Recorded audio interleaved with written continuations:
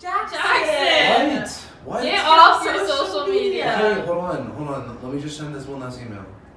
Oh my god. We're trying to do our project Hold right on, now. I really need to email my swear. English teacher. Hold on. He's obsessed. Oh my gosh.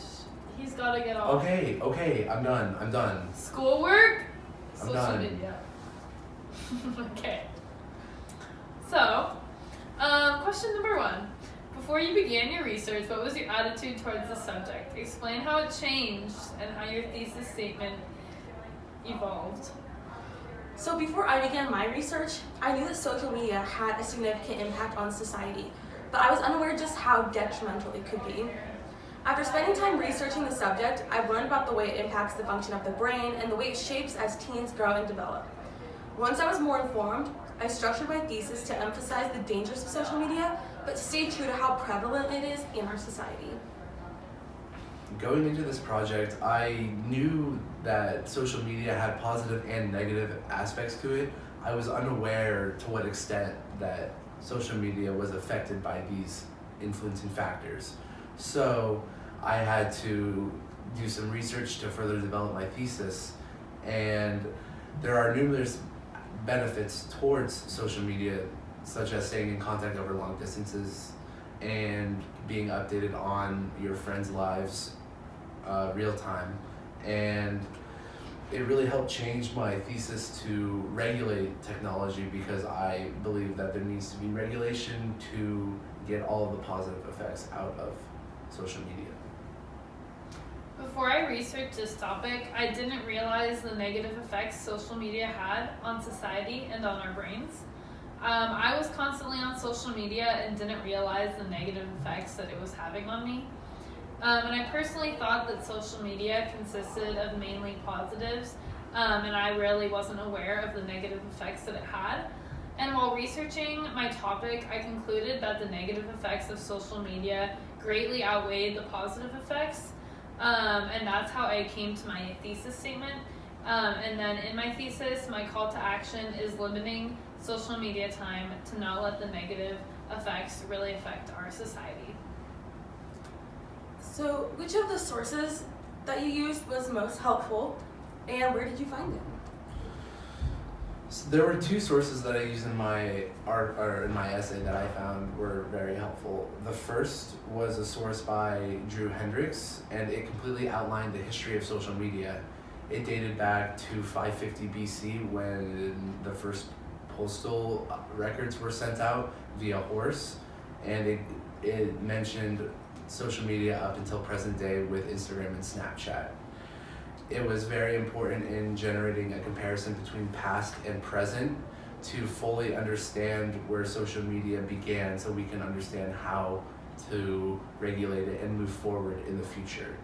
The other source that was very helpful was by Robin Trevod, and she was very organized in how she presented her material. She had 7 sections that very neatly outlined the negative effects that social media and technology could have on teens and their brain development. I found both of these sources on Google, and they were used in my essay. My most helpful source was an article named Social Media Likes Impact Teens' Brains and Behavior, and it was on the Association for Psychological Science. This source conducted a study in which researchers scanned the brains of teenagers while they used social media, and they found that the most active part of the brain is the stratum called the nucleus accumbens, which is particularly sensitive during adolescence. And this information helped me break down the negative effects social media is having on the brain, since one of the most sensitive parts of the brain during adolescence is being affected by social media. I actually found this source on an article about social media on Cosmopolitan. An article I found extremely beneficial is titled "Why Social Media is Ruining Your Self-Esteem and How to Stop It." It is from a magazine called Success, and it essentially breaks down all of the ways that social media affects the brain, provides scientific evidence to prove it, and relates to the ways that people have fluctuating self-esteems. Oftentimes when you are presented with a research assignment, you will learn new material. So were there any new vocab terms that you encountered in doing your research, and if so, give an example and a definition. During research, I learned about the term UGC, meaning user-generated content. And many articles explain social media in terms of user-generated content, which is essentially how many posts, how many likes, how much we put into social media feeds every day. A new term I encountered while researching social media had to do with the brain. And as I mentioned earlier, I stated that the region of the brain that was most active while a teen is on social media is part of the stratum called the nucleus accumbens.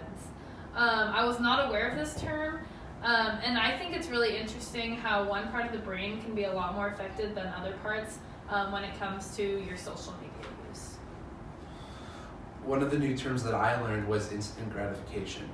Instant gratification is the desire to experience pleasure or fulfillment without delay or deferment. Basically, it's when you want it and you want it now. Instant gratification is the opposite of what we've been taught and try too hard to practice, delayed gratification. The best example of instant gratification in modern day is social media. Every social media website provides some sort of instant gratification, and this is the dangerous aspect of this platform. Whenever you see a message from a friend or a new post on social media, a small amount of dopamine is released in your brain, which triggers the pleasure center, which is the addictive factor. And this is the precise reason that instant gratification and social media can be so dangerous. So what can we do as individuals to solve problems related to this issue of social media? It can sometimes feel impossible to solve problems related to social media because it is being used all the time everywhere we go. The way that we can begin to solve these issues is by using social media to be informative, express need for change, and to communicate effectively. We'd also encourage younger generations to limit social media use and be more self-aware and build more face-to-face relationships. Due to the fact that social media has such a rich history, it is not going to go away anytime soon. And due to that fact, there must be a way for us to live with social media. And the way to do that is to limit our use. The key is to use moderation as a tool to regulate the amount of social media you are being exposed to daily. If you do not limit the amount of social media that you are exposing yourself to, it can have numerous consequences later on in life that you may not even be aware of. I completely agree with Jackson. As individuals, we should limit our use on social media so the negative effects do not harm our lives. Because of the addictive nature of social media that Jackson was talking about, it is crucial that we become aware and limit the time we spend on social media. To accomplish this, the first step is to actually track how much time we spend online and set a timer to make it less and less each day. We must also evaluate the necessity of our social media presence. The average person has about 7.6 active social media accounts. Instead of having a lot of profiles, it's more beneficial to have one or two. By doing this, we may still experience the positives of social media while turning away from the negative side. So after your experience writing this essay, how will that change the way that you approach your next research assignment? The experience I gained writing this essay will be invaluable when I begin my next writing assignment. I now understand the importance of carefully selecting intellectual sources with substantive information. I am better developing skills that break down different argumentative aspects of each source. This is a crucial part of these essays in the future. I plan to focus on this aspect more. I also plan to focus on my time management, as that is a very crucial aspect of writing essays. This particular assignment was very long, and so I needed to adjust for future cases. I've never written this long of an argumentative essay, and this gave me a good outline and structure of how I should go into my next argumentative essay. So next time I write an essay like this, I will go into the essay knowing my sources beforehand and knowing exactly which counter arguments and which arguments I will be presenting. And I'll also give myself more time because this took a lot of research and a lot of analysis when writing the essay. For me personally, after doing this assignment, I feel that no matter the topic, I can approach my next research assignment with an open mind and a willingness to educate myself about the new research topic that I'm writing about.